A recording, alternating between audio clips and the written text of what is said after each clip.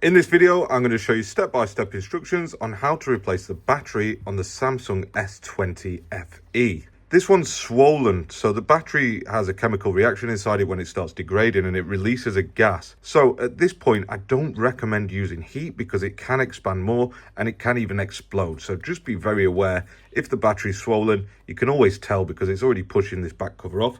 So I'm not going to use heat to remove this back cover. Instead, I'm going to get a single-sided razor blade. I'm going to just peel off, it's still got the back cover peel on this one. And then I'm going to create a small gap with my razor blade just between the edge of the back cover at the bottom and the chassis. I'm being very careful not to scratch the hell out of it or cut it. But once I've created a small gap, I'm going to add some isopropyl alcohol. Then I'll pry it up a little bit more. Although in this case, in all honesty, the battery swelling up is pushing the chassis off already for me, so it's very easy to remove. You might find that yours is a little trickier and you might need to use a heat gun or a hairdryer just to warm it up a little bit. But once you've created that gap and you've got your guitar picking, just insert it a few millimeters and run it along the edge of the device, just cutting away the adhesive.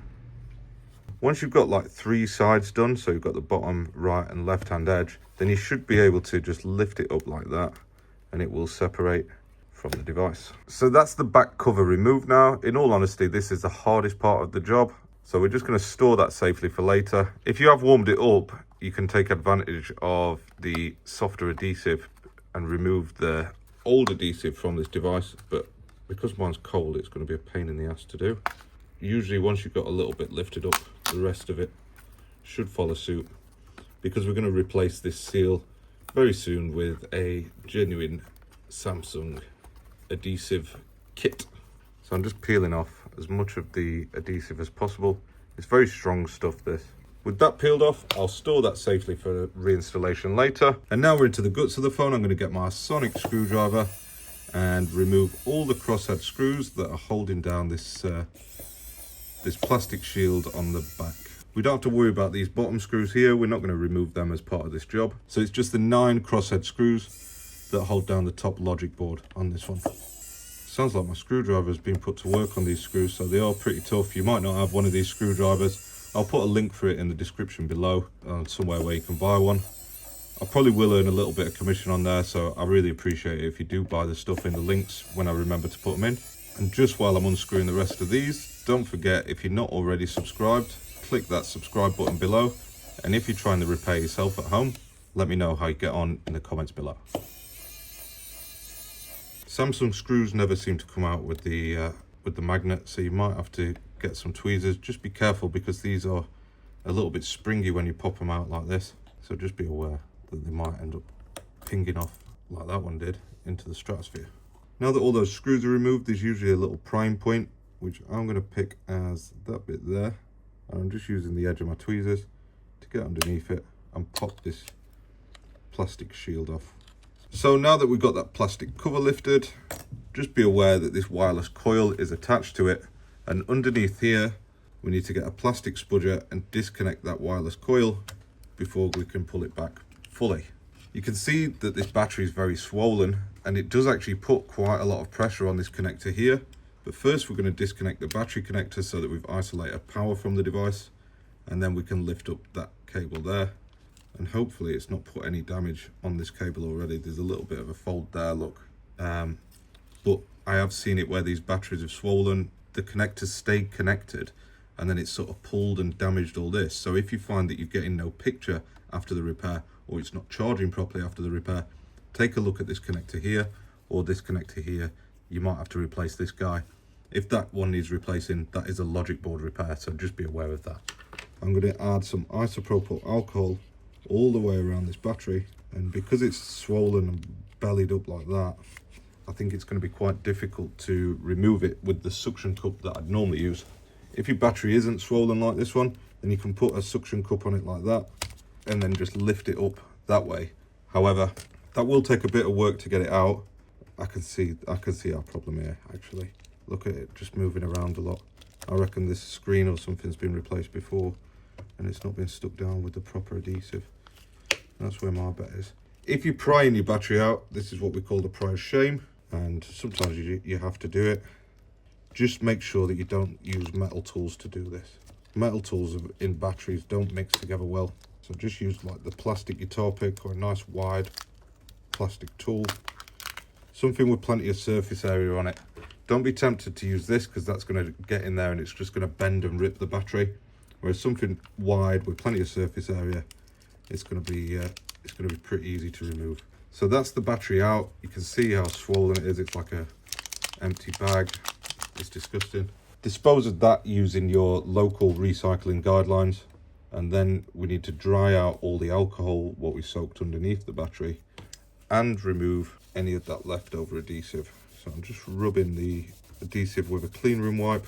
With this cable here, I'm just holding it out of the way, but just be careful not to fold it. It's important not to do that. I've got some adhesive removing spray somewhere, but I can never find it when I actually need it, and then it'll fall on my head or something when I don't need it. But if you have any adhesive remover, it is very useful. Otherwise, this glue isn't too hard and you can usually rub it off with your finger. So now that all that adhesive is lifted off, I'm just going to get a little brush and get it brushed away to make sure that there's none left behind.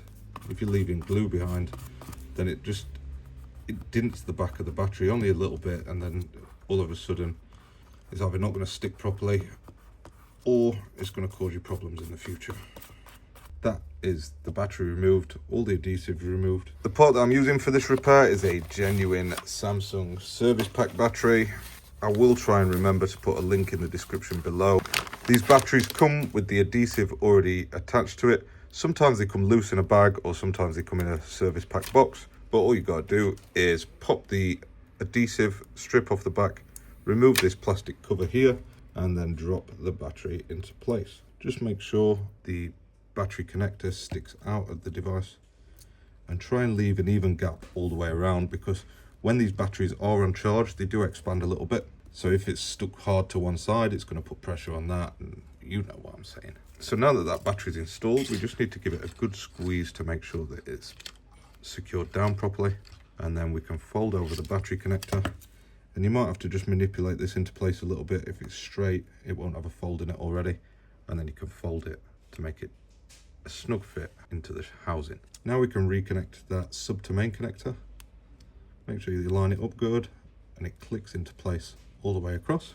And then finally, we're going to fold this guy back over, making sure that we reconnect the wireless charging coil back onto the logic board, fold over the plastic cover, and then push it down all the way around to make sure that it sits nicely in place. Now we've got those 9 crosshead screws to reinstall. I'm going to use my sonic screwdriver again. I've already told you to comment on the video, so in all honesty, I'm running out of things to say, and I might fast forward this little bit here. Get those 9 screws in. If you've lost any, try and find one. It always looks so unprofessional if you open up a device and there's screws missing from it. I did lose one somewhere, but I will replace it. I am fairly blessed because we've got lots of spare screws and stuff kicking around in the workshop. But if you're trying this at home for yourself, you might not have that advantage. So that's my missing screw going back in. Just do a quick visual check to make sure that all the screws have gone back in. And then at this point, we need to remove all this leftover adhesive on the side here. You'll give yourself a blister if you do it like this, but in my opinion, it's the easiest way to get as much of the adhesive off as possible, unless you've got one of the little spinny tools that you can use to remove adhesive. That works really well once it's warmed up. But if you don't have that, just roll your sort of thumb along it. Like I say, it does have a bit of friction and you will end up probably giving yourself a little blister. But you can see that it does a great job of removing all that leftover adhesive. So just rub your thumb all the way around, make sure that it's nice and even, and you've got as much glue off as you possibly can. And then you can either use a little clean room wipe and a brush, and then just add a little bit of alcohol all around the edges, and just give it one last clean to make sure that any grease, glue, contaminants are removed from this edge where we're going to put our new adhesive. I know for a fact that a lot of people use something like B7000 or T7000 glue to stick these down. I'd strongly recommend not using those. Instead, use the genuine Samsung seal. I think the place where we link in the description will also sell this seal. I'll try and remember to put a link for that in as well. But don't hold me to that one because I know they run out of stock on these quite often. They're a bit awkward to put on sometimes. They do have a little guide on them, but it just doesn't work the best always. But make sure you rub it in nice. Once it's even and secure all the way around the edges, it's meant to just peel off with this little bit here, but it can sometimes be a bit awkward. Once you've got it lifted a bit, it'll come off really easy like that. But it's just awkward to get it started. I should have prepped this up before I peeled off that adhesive, but for this glue that's left behind on this, it's just going to be a case of adding some isopropyl alcohol and removing as much glue as fast as possible, because you don't want to get dust and stuff on that seal that you've just peeled off. But yeah, all that leftover glue that you can see there needs to come off as well.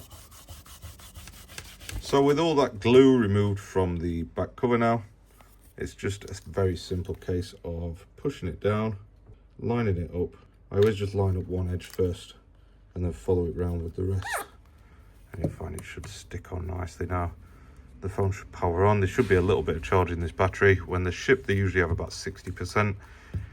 But now we're just going to run our finger around, just making sure that all that glue is secured down, or adhesive secured down. Like I say, don't use glues, guys. There's way better ways of doing it. Even if you don't have the official seal like we do, you can use Tessa tape, which is a really strong double-sided adhesive. I've used it in other videos where we've not been able to get the adhesive. Otherwise, that's job done. Thank you for watching. See you in the next video.